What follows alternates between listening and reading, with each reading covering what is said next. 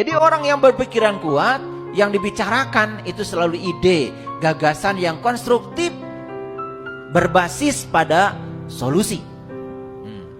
Orang yang berpikiran rata-rata senang membahas peristiwa. Pokoknya kalau udah cerita peristiwa, kejadian, seneng banget. Walaupun tidak ada solusi. Nah, orang yang berpikiran lemah lebih parah lagi. Yang dibicarakan orang lain aja. Yang kedua, sulit sekali untuk memperbaiki diri. Karena dia pikir yang harus diperbaiki selalu orang lain.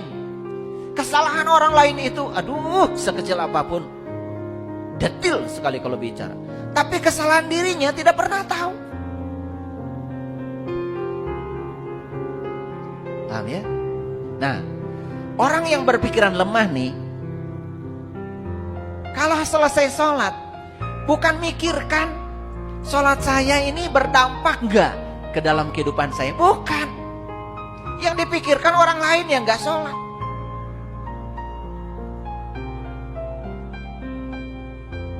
Orang yang berpikiran lemah kalau habis ngaji nih baca Quran, bukan mikir, saya baca Quran berlembar-lembar, dapat pesan apa?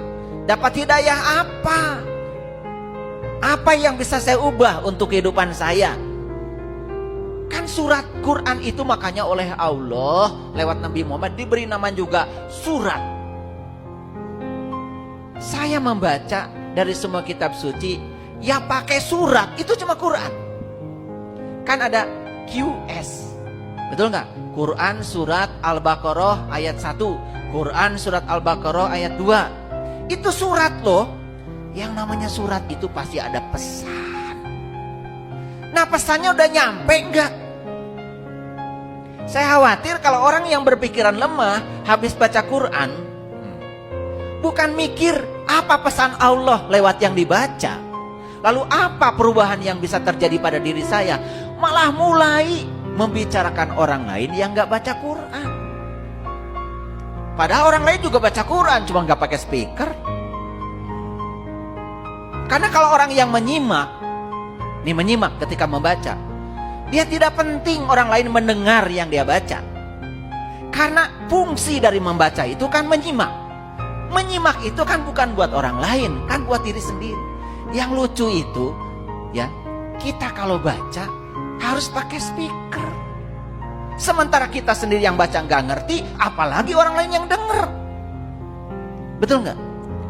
Coba kembalikan lagi, membaca itu kan menyimak. Menyimak itu untuk diri sendiri. Pesan apa yang harus saya simak kan itu. Jadi lebih banyak mikir daripada mengeluarkan suara keras-keras, kan begitu. Padahal tujuan membaca itu memahami. Betul nggak? Supaya kita mendapatkan pesan suratnya. Gitu nggak kalau baca? Berarti berpikiran kuat, rata-rata atau lemah? Orang yang berpikir lemah itu kalau ada peristiwa yang terjadi, yang disalahkan pasti orang lain. Jadi harusnya ya belajar agama meningkatkan kualitas pikiran kita menjadi kuat. Yang dibicarakan tuh ide, gagasan-gagasan yang besar. Makanya orang yang berpikiran kuat, yang dipikirkan oleh dia gagasan-gagasan yang besar. Contoh gagasan besar begini, ya. Sederhana saja. Semua agama kan mengajarkan kebaikan. Betul nggak? Tetapi ada persoalan. Kenapa tidak semua orang yang tekun menjalankan agama kok tidak gemar melakukan kebaikan? Lalu dia berpikir, di mana nih masalah?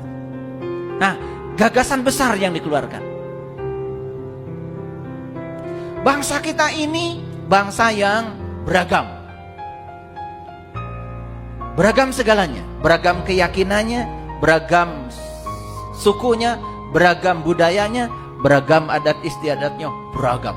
Bahkan bahasa daerah di Indonesia ini konon katanya tidak kurang dari 715 bahasa. Tidak ada satu bangsa di dunia yang punya keragaman bahasa sebesar itu. Orang yang berpikiran kuat pasti dia akan memikirkan bagaimana merawat persatuan dan kesatuan.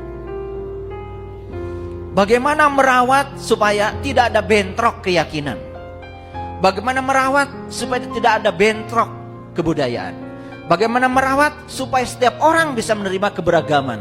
Nah, orang-orang yang berpikiran kuat akan berpikir bagaimana merawat persatuan dan kesatuan. Kira-kira Bapak Ibu termasuk itu? Kalau ada selintas aja, saya ingin berkontribusi menjaga bangsa yang hebat ini, bangsa yang besar ini. Jangan sampai bangsa ini terpecah belah oleh isu-isu yang tidak penting. Nah, itu saja sudah masuk berpikiran kuat. Nah, jadi harusnya belajar spiritual, belajar agama itu membuat kita semua memiliki pikiran yang hebat, pikiran yang kuat. Keterampilan membacanya sudah meningkat, masuk pada area menyimak.